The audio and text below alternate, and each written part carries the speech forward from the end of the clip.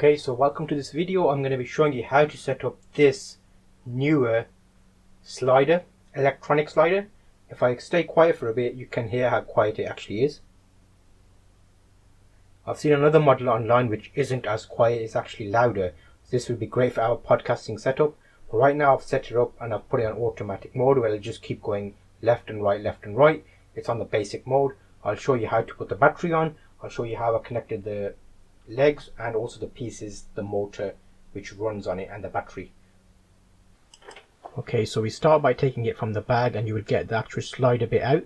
You need to unfold these two mini legs. Well, there's 4 in total, but you unscrew slightly, it loosens it, you unclip them out and then tighten it, and you've got little adjusters as well so you've got uneven surfaces. Then the first bag is the actual lead, so it's more the track that the whole system runs on, and the two ends are already ready to use because they're bolted together. There's another bag with the nuts and bolts in, and the two bigger nuts is what you use to tighten the battery and motor to the back of the slider. You can see here how I'm doing that. On the top of the slider you'll see 2 holes, and if you've got the exact same model it's quite easy to figure out which side needs to be the battery. And this is the ribbon, so I flipped the slider on its side and I'm actually putting the ribbon. I'm loosening one of the nuts there because the 2 screws that go in, that's slightly obstructing it, so I took 1 screw out there off the ribbon and put the first screw in and then tightened them up again, which allows me to actually screw that to the bottom section of the slider. Again, you'll see on the same side as the battery is where this ribbon goes.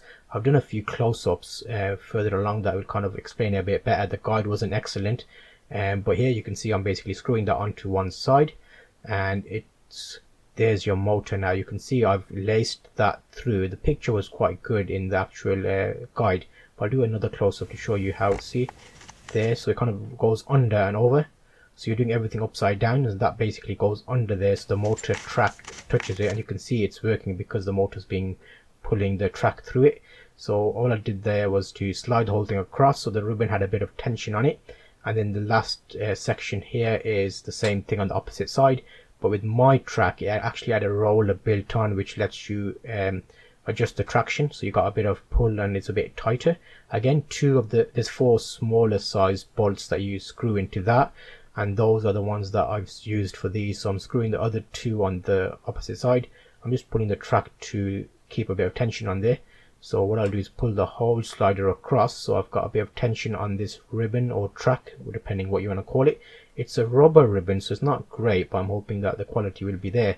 So now all you're going to do is on the end, you'll see where I started off, you want to loosen those and pull the track through just to give you a bit of tension. So the more tension there is, the less noise it tends to make. So what you can do is, I actually opened these to show you what I did, because if you tighten them in the wrong spot, then it'll actually pinch the track. Whereas if I take this entirely off, I'll show you now actually, let me just, so I'm taking these 2 nuts off now to show you what it looks like. So the actual bottom of the top plate, which on mine already came assembled, has a slight ridge in there, so you can see there slightly, that ridge there is what is going to hold onto the ribbon. You want the ribbon to go through that and not near the nuts, because it can easily pinch it.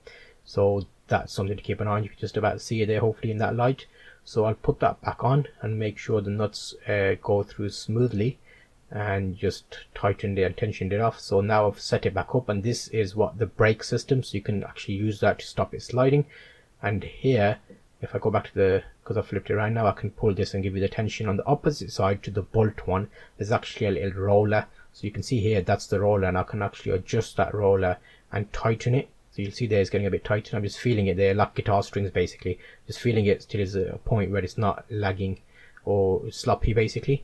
So that's slowly there, you can see it slides over nicely, and that was a quick setup really. I don't think it was too bad actually, because I've seen some videos online which are like 12 or 13 minutes long, but I think it take me about 4 minutes to set this up.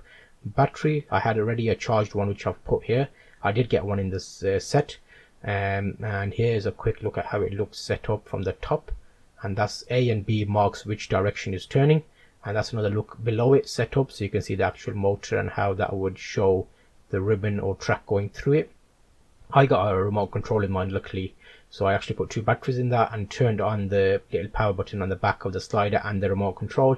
It says wait for a second, and then it flashes and it says show me where point A is. So then you kind of use the little joystick to go left or right, and then you stop towards the end of point A, and then click the button to set it to point A, and then it says where's point B. So then you, with your actual joystick, this is me doing that now, so moving it to the left and telling it A, moving it to the right telling it B, so it knows where it needs to stop. And then you can actually set it on an automatic function, which is what I did in the intro, where it just goes left and right. This is a quick setup guide, and hopefully it helps you set up your Neewer slider. I've got some extra videos about tripods and another similar, not similar, but a tripod that I bought from Neewer as well, so you can check that video out in the cards. So here you'll see this last setup there, and I think this will help you set up yours. So there and done. That's it.